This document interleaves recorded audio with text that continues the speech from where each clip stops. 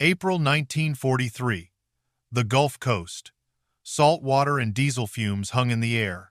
Carl Brenner woke up in the belly of an American destroyer, hands zip-tied, his U-boat at the bottom of the ocean with 17 dead crewmates. Everything he'd been told said the Americans would beat him, starve him, maybe worse. 3 days later, at Camp Hearn, Texas, a metal tray slid in front of him in the mess hall. Scrambled eggs, hot coffee, and a slice of soft, pillowy white bread still warm. Carl stared at it like it might explode. The man beside him whispered, "Is this for us?" A young guard noticed their confusion and chuckled. "That's just Tuesday bread, pal. Wait till you see Sunday pot roast." Carl tore off a corner. It was tender, sweet. Nothing like the dense black rations they'd eaten at sea. And that's when the real fear set in. Because if they lied about this, what else had been a lie? Before we dig in, hit that subscribe button if you want more shocking, untold stories from history. And drop a comment telling me where you're watching from. Carl Brenner had always believed that drowning would be silent. The propaganda films never showed the screaming. They never showed the way water tastes when it forces itself down your throat while you're still trying to breathe, or how your lungs feel like they're being crushed from the inside out. They definitely never mentioned the strange, terrible peace that comes right before you stop fighting. He'd surfaced into consciousness with no memory of how he'd gotten there. One moment, the hull of U-513 was rupturing around him, seawater punching through steel like it was paper. The next, he was coughing salt water onto the deck of an American destroyer, his hands already bound behind his back with something plastic and impossibly strong. His uniform still smelled like burning rubber and diesel fuel. 17 men had gone down with the boat. 17 boys, really, most of them younger than Carl's 28 years. He'd watched some of them drown. He'd been unable to reach others. And now he was alive, which felt less like luck and more like punishment. The American sailors had been professional. Cold, maybe, but not cruel.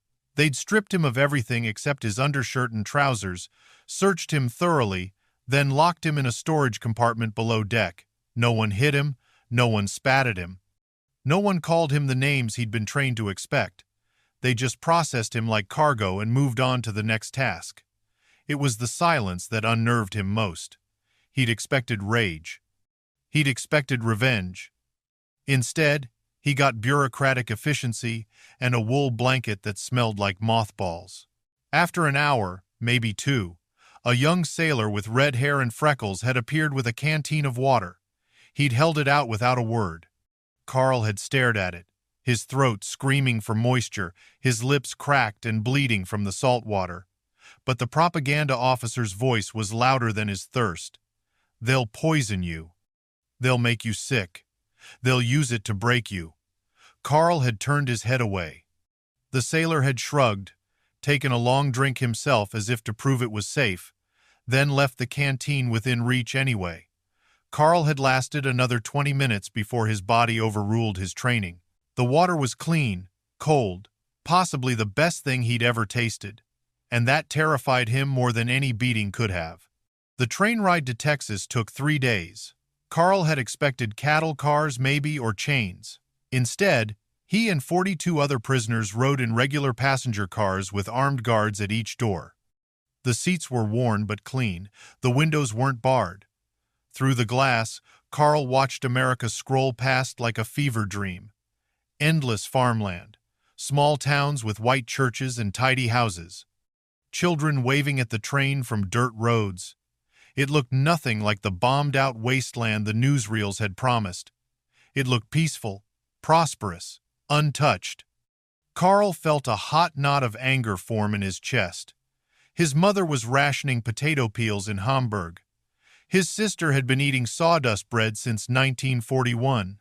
And here, America looked like nothing had touched it at all. Camp Hearn materialized out of the flat Texas prairie like a mirage. Rows of tar paper barracks, guard towers with searchlights, barbed wire fences that stretched in perfect geometric lines. It looked exactly like a prison camp should look.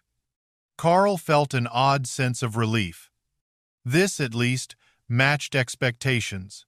The first meal came 6 hours after they arrived. The prisoners had been issued thin mattresses, gray blankets, and surplus Army uniforms with the letters P and W stenciled on the back. They'd been photographed, fingerprinted, and assigned bunk numbers in a processing center that smelled like disinfectant and cigarette smoke. Then a bell rang, and guards herded them toward a long wooden building with screen windows and the warm, yeasty smell of food. The mess hall was nothing special. Long tables, metal benches, fluorescent lights that buzzed overhead. But when Carl sat down and a tray appeared in front of him, his brain stopped working entirely. Scrambled eggs, still steaming. A tin cup of coffee, black and bitter. 2 strips of bacon, and a slice of white bread, so soft and perfect it looked like something from a bakery window in peacetime Berlin. Carl picked up the bread with both hands. It was warm. The crust gave under the slightest pressure. He tore off a corner and put it in his mouth. The texture was like clouds. It tasted faintly sweet, nothing like the dense, sour Kommissbrot he'd eaten on the U-boat, nothing like the stale rations that had kept him alive for 18 months at sea. This was real bread. Good bread. The kind of bread you gave to families on Sunday mornings, not to enemy soldiers in a prison camp. Otto Fischer, a Luftwaffe pilot in the bunk next to Carl's, leaned over and whispered in German, "Is this for us? Are they serious?" Carl couldn't answer. His throat had closed up. A young guard, barely old enough to shave, noticed their confusion and wandered over. He had an easy smile and a toothpick between his teeth. "Problem, Fritz?" he asked in English. Carl's English was limited, learned mostly from technical manuals and radio intercepts, but he managed, "This is bread? For prisoners?" The guard laughed, not mockingly, just genuinely amused. "That's just Tuesday bread, pal. Wait till you see Sunday pot roast." Then he walked away, still chuckling, like he'd made a joke Carl was supposed to understand. Carl set the bread down carefully. His hands were shaking, because if they'd lied about the bread, if they'd lied about the beatings and the starvation and the torture, then what else had been a lie? And if everything was a lie, then what had he been fighting for? Captain Jim Harding walked the perimeter of Camp Hearn every morning at 5:15, when the Texas sky was still more gray than blue and the air held that brief coolness before the heat arrived. He told himself it was about security, about checking for breaches in the fence line or problems with the guard towers. But the truth was simpler and harder to admit. He couldn't sleep past 5 anyway, not since the nightmares from the Argonne Forest had carved themselves into his brain 25 years ago, and walking gave him something to do with the hours when his mind insisted on replaying things he'd rather forget. This morning the camp was quiet except for the sound of his boots on gravel and the distant cough of a diesel generator. In the recreation yard, someone had left a soccer ball near the goalposts the prisoners had built themselves from scrap lumber.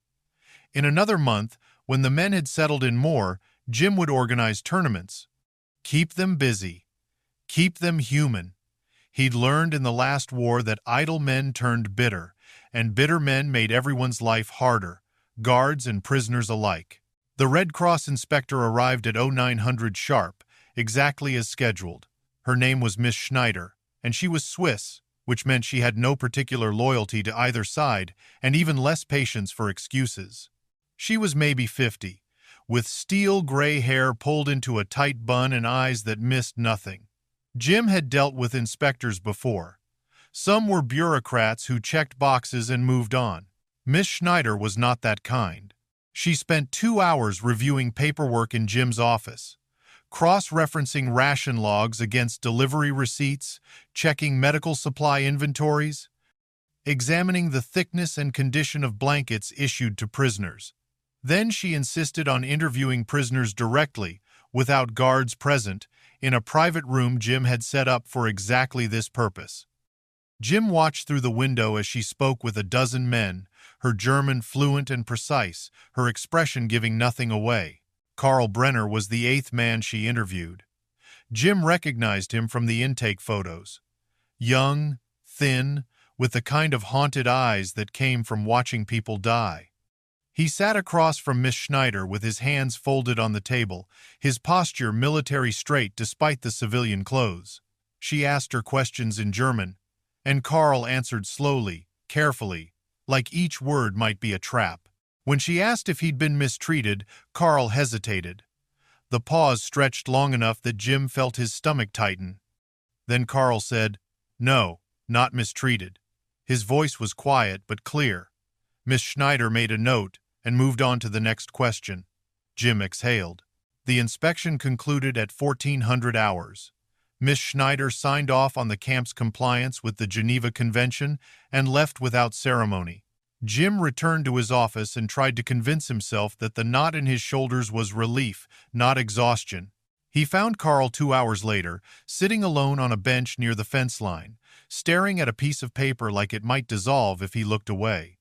The other prisoners had started a soccer game in the yard, shouting and laughing in German, but Carl hadn't moved. Jim recognized the stillness. He'd worn it himself after the telegram about Margaret arrived. The way grief makes you into a statue because moving means acknowledging that the world kept spinning when it should have stopped. Jim approached slowly, giving Carl time to see him coming. He didn't speak at first, just sat down on the other end of the bench and let the silence stretch. The letter in Carl's hands was thin, the kind sent through Red Cross channels. The handwriting was careful and feminine. Jim didn't need to read German to understand what it said. Bad news looked the same in any language.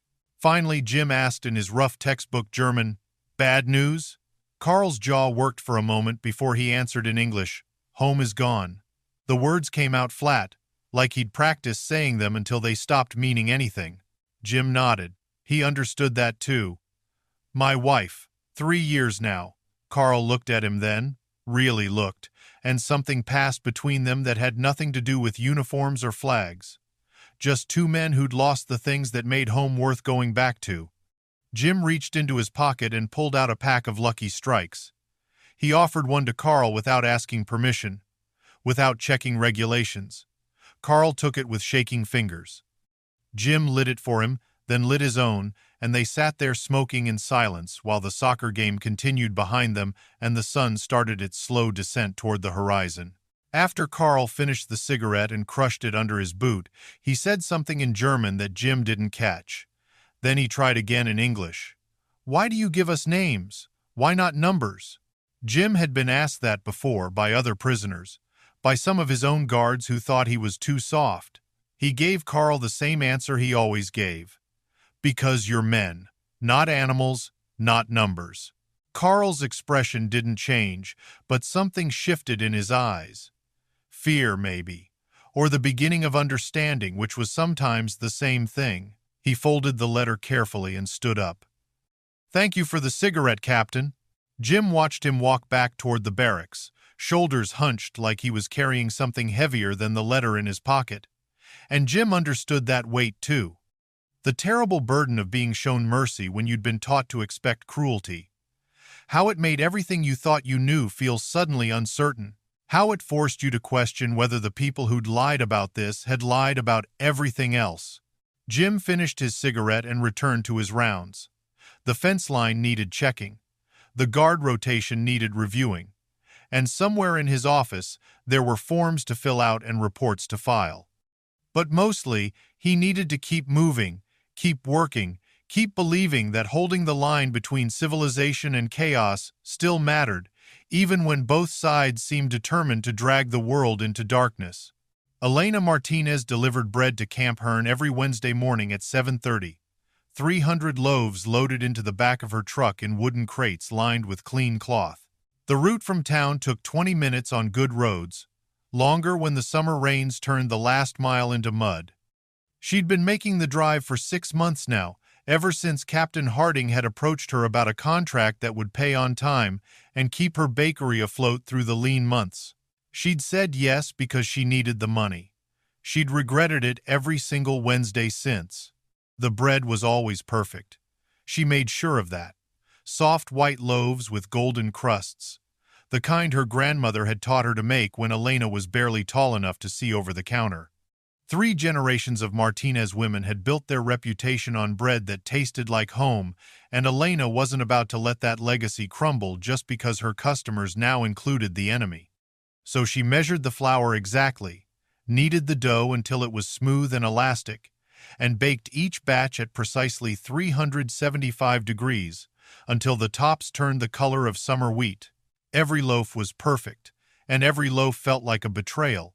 Miguel had died at Pearl Harbor on a Sunday morning when he should have been drinking coffee and reading the paper. Her son Danny was a Marine somewhere in the Pacific, fighting men who looked just like the prisoners she fed every week. And here she was, baking bread, good bread, the kind you made for people you cared about, for people who started this whole nightmare in the first place. The cognitive dissonance scraped her soul raw every time she made the delivery. This Wednesday, she arrived to find the main gate already open, guards waving her through with barely a glance at her delivery slip. They knew her truck by now, knew she'd be there at 7:30 like clockwork, knew she'd unload quickly and leave without making conversation. She preferred it that way. The less she interacted with the camp, the easier it was to pretend she was just delivering to another restaurant or grocery store, just doing business, nothing personal. But today, as she backed the truck up to the mess hall loading dock, she saw them. A group of prisoners working in the vegetable garden that stretched along the east fence line. Maybe a dozen men in their gray uniforms with the stenciled letters, kneeling in the dirt, pulling weeds, tending rows of tomatoes and squash and beans. They were talking to each other in German, their voices carrying across the yard, and they were laughing. Elena's hands froze on the truck's tailgate. One of the prisoners, a young man with sunburned shoulders, was teaching another one English words from a battered pocket dictionary. She could hear fragments of the conversation, the careful pronunciation, the good-natured teasing when someone got it wrong. They looked like normal men. Like the farm workers who used to help her father during harvest season. Like the boys from her neighborhood who'd enlisted after Pearl Harbor and never came home. They looked human, and that made it so much worse. Private Tommy Cooper noticed her staring. He was the youngest guard on rotation, barely 19, with an open face and a Texas drawl that made every sentence sound friendly. He wandered over while she was still frozen at the tailgate, hands on her hips, trying to make sense of what she was seeing. Cooper said, "Weird, right? They're just normal guys." Elena turned on him, her voice sharper than she intended. "They're not normal, they're the enemy." Cooper looked uncomfortable, like he'd been caught saying something he shouldn't. "Yeah, but they didn't choose this any more than your Danny did. Most of them got drafted same as us." Elena wanted to argue. Wanted to explain that it didn't matter if they'd been drafted, that they'd still put on the uniform and picked up the rifle and fought for a regime that wanted to burn the world down. But the words stuck in her throat because part of her, the part she tried to ignore, knew he was right. The men in that garden looked tired and homesick, and about as dangerous as her neighbors. They looked like someone's sons. She unloaded the bread in silence, hauling crates onto the loading dock with more force than necessary. Cooper tried to help, but she waved him off. She didn't want help. She wanted to finish the delivery and get back to town where things made sense, where she could hate the enemy without having to see their faces or hear them laugh or watch them teach each other English like they planned to stay alive long enough to use it. The drive back to Martinez Family Bakery was a blur. She parked behind the building, sat in the truck cab with her hands on the steering wheel, and tried to breathe normally. It didn't work. Her chest felt too tight. Her eyes burned. She'd spent 6 months telling herself this was just business, just a contract, just money to keep the lights on and Rosa in school and food on the table. But that was a lie. Every loaf she baked for them was a choice, and she didn't know anymore if it was the right choice or just the easy one. That night, Rosa found her crying in the kitchen. Elena had been rolling out dough for the next day's orders, her hands moving on autopilot while her mind replayed the image of those men in the garden, laughing like they had any right to be happy. Rosa was 16, old enough to understand some things and too young to understand others. She stood in the doorway in her nightgown, her dark hair loose around her shoulders, looking so much like Miguel that Elena's heart cracked a little wider. Rosa asked, Mama, what's wrong? Elena pressed her palms flat on the counter, flour dust rising in small clouds. She couldn't look at her daughter. I don't know who I'm supposed to hate anymore. Rosa didn't answer right away. She crossed the kitchen and put her arms around Elena from behind, resting her chin on her mother's shoulder the way she used to when she was small. They stood there in the quiet kitchen, surrounded by the smell of yeast and flour, while Elena tried to figure out how to be angry and exhausted and confused all at the same time, and how to do it without losing herself completely. Summer bled into fall with the slow inevitability of Texas weather, the unbearable heat giving way to something almost comfortable by October. Carl had stopped counting days sometime in August. What was the point? The war would end when it ended, and until then, he was here, in Camp Hearn, living a life that made less sense the longer it continued. He'd taken a job in the camp woodshop after Captain Harding mentioned they needed someone with steady hands and an eye for detail. The work paid 80 cents a day, real American money that the Red Cross would convert and send home to his mother in Hamburg. Carl had hesitated at first, wondering if accepting wages made him a collaborator, if the other prisoners would see it as betrayal. But Otto had pointed out that sitting idle only gave you more time to think, and thinking too much in a place like this could break you faster than any guard ever could. So Carl had signed up, and now he spent 6 hours a day sanding chair legs and fitting joints and breathing in sawdust that smelled like pine and possibility. The woodshop supervisor was a civilian contractor named Mr. Paulson, a man in his 60s with gnarled hands and infinite patience. He spoke no German, and Carl's English was still rough around the edges, but they'd developed a system of gestures and demonstrations that worked better than words anyway. Paulson would show Carl how he wanted a piece cut or joined. Carl would nod and do it, and Paulson would inspect the work with the same critical eye he'd use on any apprentice. When Carl did good work, Paulson said so. When he made mistakes, Paulson showed him how to fix them. There was no politics in the workshop, just wood and tools and the satisfaction of making something useful. Carl sent his first month's wages home in September, $26, converted to Reichsmarks, transferred through Red Cross channels with a short note telling his mother he was safe and fed and thinking of her. He imagined her receiving it, the look on her face, the relief of knowing her son was alive even if he was on the wrong side of the ocean. That image sustained him through the long afternoons when the heat made the workshop feel like an oven and his hands cramped from repetitive motions. Captain Harding had started a lending library in the recreation hall, filling it with donated books from churches and schools around Texas. Carl borrowed an English grammar textbook and a worn copy of something called The Adventures of Tom Sawyer. He read slowly, sounding out unfamiliar words, building his vocabulary one page at a time. Otto teased him about it, said he was trying too hard to become American. But Carl didn't care. Learning the language felt like opening a door he hadn't known was locked. Every new word was a small victory against the helplessness of captivity. By October, Camp Hearn had settled into a rhythm that felt almost normal. The prisoners played soccer in the evenings, organized German language classes for the guards who wanted to learn, even started a small theater group that performed scenes from Goethe and Schiller on Saturday nights. Captain Harding allowed it all, within reason, because he understood what Carl was only beginning to grasp. That dignity wasn't something you could take from a man by force. You could only create conditions where he might surrender it himself, and Harding was determined not to let that happen on his watch. The talent show was Harding's idea, announced during morning roll call in late October.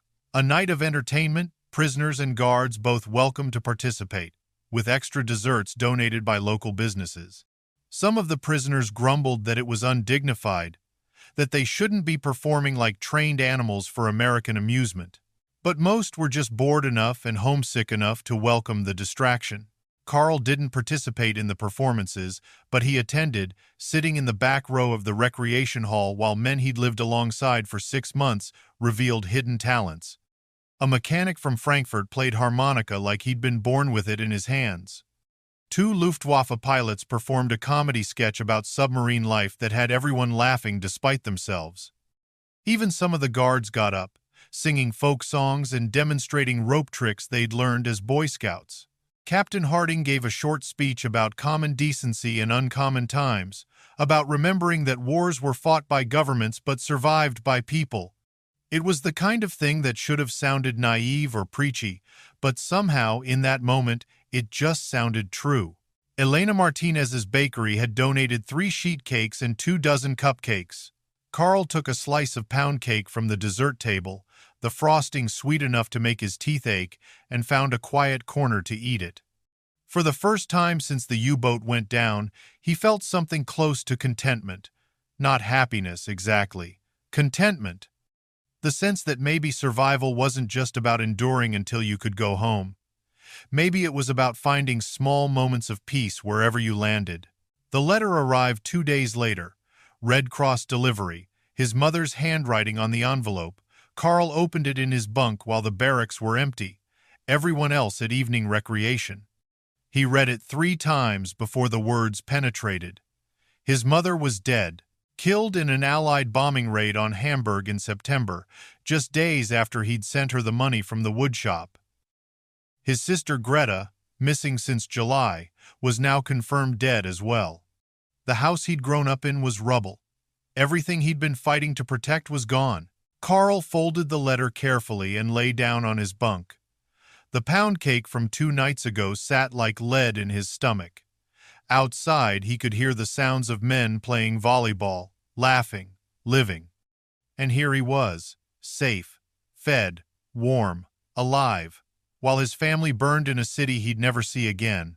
The guilt was a physical weight on his chest, crushing the air from his lungs. He'd survived the sinking. He'd survived captivity. He'd accepted American wages and American food and American mercy. And for what? So he could live comfortably in Texas while everyone he loved died in the war he'd been too weak to keep fighting? Carl stopped eating, stopped going to the woodshop, stopped attending roll call until the guards came to get him personally. He lay in his bunk and stared at the ceiling and waited for something to make sense again. It never did. Captain Jim Harding found Carl in the chapel on the 3rd day. It wasn't really a chapel, just a bare room in the administration building with mismatched chairs and a table at the front, open to all faiths or none at all. Carl was sitting in the back row, staring at nothing, his uniform hanging loose on a frame that had already been too thin. The guards had reported that he hadn't eaten in 72 hours, hadn't spoken to anyone, just sat in his bunk or wandered to the chapel when the barracks got too crowded. Jim pulled a chair from the front row and set it down facing Carl, close enough to talk but far enough to give the man space. He didn't say anything at first, just sat there in the dusty afternoon light filtering through the window, waiting. Carl didn't acknowledge him, didn't even blink. Jim had seen this before in France, in men who'd watched their entire platoon get torn apart by artillery. The 1,000-yard stare, they called it. The look of someone who'd gone somewhere inside themselves where the world couldn't reach. Finally, Jim said, "You haven't eaten in 3 days." Carl's voice came out flat, mechanical. "I don't deserve to." Jim nodded slowly. He'd expected something like that. "Why? Because you're alive?" Silence. But Carl's jaw tightened, which was answer enough. Jim leaned back in his chair, hands folded in his lap. "I lost 12 men in my platoon. 1918. Argonne Forest. We were advancing through a grove of trees when the machine gun nest opened up. I was in the rear, carrying radio equipment. They were in front. By the time we took out the gun, 12 of them were dead. I lived because I was 20 yards behind, lugging a radio that weighed 40 pounds and slowed me down." Carl still didn't look at him, but Jim saw his hands clench on his knees. Jim continued, "I ate myself sick with guilt for years, couldn't sleep, couldn't look at myself in a mirror without seeing their faces. Kept thinking if I'd been faster, stronger, smarter, maybe I could have saved some of them, maybe all of them." "How did you stop?" Carl's question was barely audible. Jim considered the question carefully. "I didn't. Not really. The guilt's still there. But I learned something that took me a long time to understand. Staying alive isn't the betrayal. Wasting the life you have left is." Carl finally looked at him then, his eyes red-rimmed and hollow. "My mother is dead. My sister is dead. My home is ash. And I'm here, safe and fed and comfortable, while they burned. How is that not betrayal? Jim met his gaze without flinching. Because you didn't kill them. You didn't drop the bombs. You didn't start the war. And starving yourself in a camp in Texas won't bring them back. It'll just add one more body to the count. The words hung in the air between them, harsh but necessary. Carl's face crumpled for a moment, then hardened again, like he was forcing the emotion back down where it couldn't touch him. Jim understood that instinct too. The need to control something, anything, when everything else had spun out of your hands. Jim stood up, pushing the chair back where he'd found it. I can't make you eat. I can't make you want to live. But I can tell you that your mother sent you money, sent you letters, sent you her love across an ocean during a war. You think she did that so you could give up the moment things got hard? He left Carl sitting there, alone in the chapel, and walked back to his office with the weight of 25 years of survivor's guilt pressing on his shoulders. He didn't know if he'd gotten through. Sometimes you couldn't. Sometimes men broke and stayed broken, and all you could do was watch and try to catch the pieces. Elena Martinez made her Wednesday delivery the next morning, same as always. 300 loaves in wooden crates, still warm from the ovens. But this time, when she finished unloading at the mess hall dock, she didn't get back in her truck. Instead, she stood there in the October sunshine, watching the prisoners move through the yard, and made a decision that had been building in her chest for weeks. She found Private Cooper near the gate and asked to speak with one of the prisoners, specifically the thin one who'd been sitting alone for days, the one who looked like he'd forgotten how to be human. Cooper looked surprised but didn't argue. He escorted her to the administration building where Captain Harding kept his office. Harding listened to her request with the same measured calm he brought to everything, then nodded once. I'll translate, but you should know he's not in good shape right now. Elena said, I know. That's why I need to talk to him. They brought Carl to a small meeting room with a table and 3 chairs. He looked worse than Elena had imagined. Gaunt. Hollow. Like someone had scooped out everything inside him and left just the shell. Harding sat between them, ready to translate, but Elena had practiced what she wanted to say, had written it down phonetically with help from Mrs. Schultz at the library who'd grown up speaking German. She started in English, letting Harding translate, then switched to her carefully memorized German phrases. My husband died at Pearl Harbor. My son is fighting in Italy right now. And I have spent 6 months hating you. Hating all of you. Carl looked at her, his expression unreadable. Elena continued, her voice steady despite the trembling in her hands. But I realized something. This bread I bake, it's not about you. It's about who we are. If we become monsters to fight monsters, we've already lost everything worth saving. She reached into her bag and pulled out a small loaf, wrapped in clean cloth. Fresh that morning. Still warm. She set it on the table between them. This is my war now, feeding people. Even the ones I thought I could never forgive. Because somebody has to remember that we're all human, even when everything else tries to make us forget. Carl stared at the bread for a long moment. Then, slowly, he reached out and touched it with shaking fingers. His face broke. Finally, all that carefully controlled grief spilling out in silent tears that ran down his cheeks and dripped onto the table. Elena watched him cry and felt her own eyes burn, and somewhere in that small room, something shifted. Not forgiveness, exactly, not yet. But maybe the beginning of understanding that hatred was exhausting and mercy was the only thing that could stop the cycle from eating them all alive.